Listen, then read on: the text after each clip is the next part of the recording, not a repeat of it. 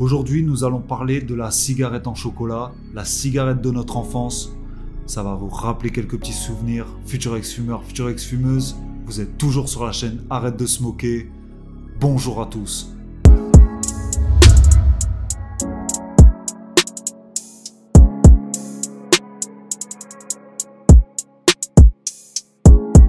La cigarette au chocolat, que tu sois fumeur ou non, que tu fasses partie de ma génération ou de la précédente, style des années 50, des années 60, 70, tu as sûrement connu les cigarettes en chocolat que tu achetais en boulangerie, en librairie ou à la supérette du coin de ton quartier. C'était le petit goût d'interdit avant ta propre adolescence pour imiter les grands qui, pour eux, étaient déjà dans la dépendance de la cigarette. Mais quand je me rappelle bien, pour être franc, ce chocolat n'était vraiment pas de bonne qualité. Il nous arrivait même parfois, je sais pas si tu t'en rappelles, de manger le papier qu'il y avait autour, ce qui rendait le truc encore plus dégueulasse, quoi. La cigarette en chocolat, pour les enfants, ont été conçues pour habituer le futur consommateur en commençant par vouloir normaliser la gestuelle et la bouffée de fumée que l'on pouvait s'imaginer. Tu te rappelles ? On prenait la cigarette en chocolat comme ça et on faisait semblant, quoi. Tu vois ce que je veux dire ? Pour ma part, si je me rappelle bien, j'ouvrais le paquet de fausses cigarettes juste pour les engouffrer, même si je n'en étais pas vraiment fan. Sûrement que je faisais semblant 2 minutes de fumer comme ça, mais ça dégageait rapidement dans mon estomac, je peux vous le dire. J'étais pas très fan de ces friandises, mais je les tuais, quoi. Au tout début de leur fabrication, les marques de cigarettes comme Marlboro, Camel, Cool, Pas Mal et Lucky Strike prêtent volontiers leur logo aux fabricants de cigarettes en chocolat. Ce qui était du vrai pain béni pour les grandes industries du tabac qui ont bien profité de cela. Et ça a duré jusqu'en 1991 avec l'interdiction des publicités incitant au tabagisme par la loi E20 en France. Mais dans d'autres pays également, où les fabricants de ces friandises ont dû s'adapter avec des logos parfois similaires à ceux que nous connaissons tous.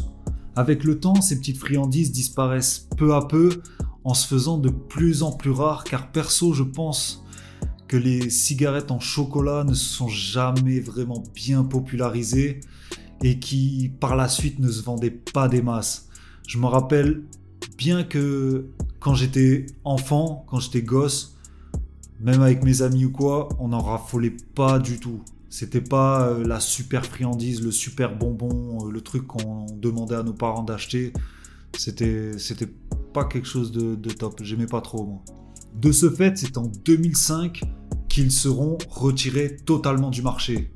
L'OMS, Organisation mondiale de la santé, rapporte que plusieurs études démontrent que les cigarettes en chocolat peuvent induire un comportement mimétique chez les enfants et peuvent donc doubler la probabilité de voir l'enfant devenir fumeur à l'adolescence, que les parents soient fumeurs ou non.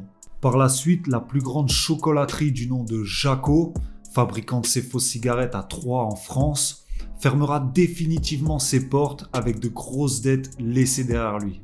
Cette usine fabriquait près de 300 tonnes par an de ces friandises dédiées à l'exportation, mais sa rentabilité chutait fortement due à leur interdiction dans d'autres pays. Donc très bien, nous voilà débarrassés des cigarettes en chocolat, ce qui ne va ne plus inciter les enfants à devenir de fumeurs. C'est pour nous qui avons connu ça des vieux souvenirs de gosses. Mais, parce qu'il y a un mais, voilà qu'en 2019, un grand-père va offrir un paquet de friandises à ses petits-enfants pour la Saint-Nicolas, car ils avaient été sages, ils avaient été gentils. Donc, dans ce sachet se trouvait un faux paquet de cigarettes de chewing-gum, bien réaliste, avec un embout couleur orange tacheté, comme les vrais. Et même quand tu souffles dedans, il y a de la poussière qui doit être du sucre en poudre pour faire l'effet fumé, quoi. La maman s'est sentie offusquée de voir qu'on pouvait commercialiser ce genre de friandise qui rend le tabac très attractif pour les enfants. En 2013, une proposition de loi visait à interdire la vente de confiseries et de jouets destinés aux enfants, avec l'intention de donner au produit ou à son emballage l'apparence d'un produit à base de tabac. Une proposition de loi qui sera bien évidemment classée sans suite, et la vente de ce genre de bonbons ne sera finalement pas illégale. Revenons à la maman, qui était inquiète pour ses enfants de voir ses friandises toujours dans les rayons. Et bien cette maman était elle-même fumeuse en fait. Elle a expliqué dans un article qu'elle faisait tout pour expliquer à ses enfants que fumer était mal, mais toujours une clope au bec. Ce qui n'est pas logique. Pour moi en tout cas. Parce que je me rappelle, avant l'adolescence, lorsque je voyais ma mère fumer ou d'autres gens fumer, que ce soit clope ou même des joints, ben j'aimais pas ça.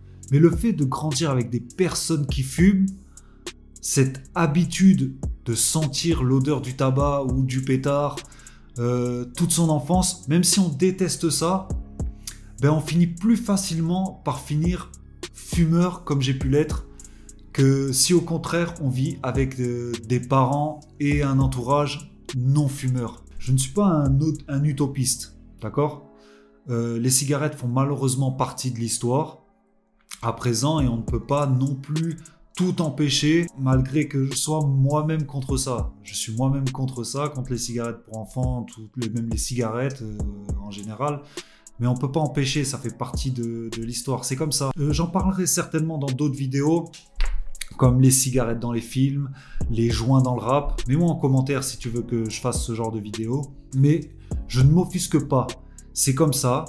Et je pense surtout que tout est dans l'éducation que l'on se donne à soi-même et aux autres. Un enfant qui joue à Call of Duty ou avec un pistolet à eau ou un pistolet à billes, ben, va pas forcément faire de lui un tueur à gages ou un tueur, quoi. C'est arrivé, mais ça n'arrive pas tous les jours, quoi. Maintenant, je demanderai à cette maman et aux autres parents dépendants de la cigarette de prendre un peu de recul et de commencer à prendre soin de votre santé en arrêtant de fumer afin de donner un meilleur exemple et conditions de vie pour vos enfants qui feront peut-être le mauvais choix plus tard. Car si vous réussissez à arrêter de fumer et que vos enfants sont spectateurs de ça, vous serez à leurs yeux des héros et sauront au fond d'eux que c'est vraiment mauvais pour eux. Pour faire en sorte de créer une génération sans tabac, c'est à vous, parents, de prendre vos responsabilités, car si vous êtes contre les industries qui sont destructrices, arrêtez d'en être les consommateurs. Maintenant, s'il y a des fumeurs parmi vous ou parents qui souhaiteraient arrêter leur addiction à la cigarette ou au cannabis, j'ai créé une méthode pour vous aider à repousser un maximum votre première cigarette du matin jusqu'à l'arrêt total ou votre premier joint. Et cela naturellement et à votre rythme, bien évidemment en vous aidant à enlever la peur de prise de poids.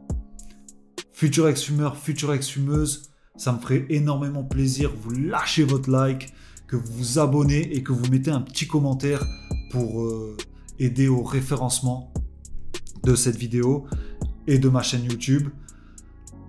Continuez de partager ça. Prenez soin de vous un maximum, s'il vous plaît. Prenez soin de vous. Vous savez que la cigarette, ça n'aide pas à vous sentir mieux. Ça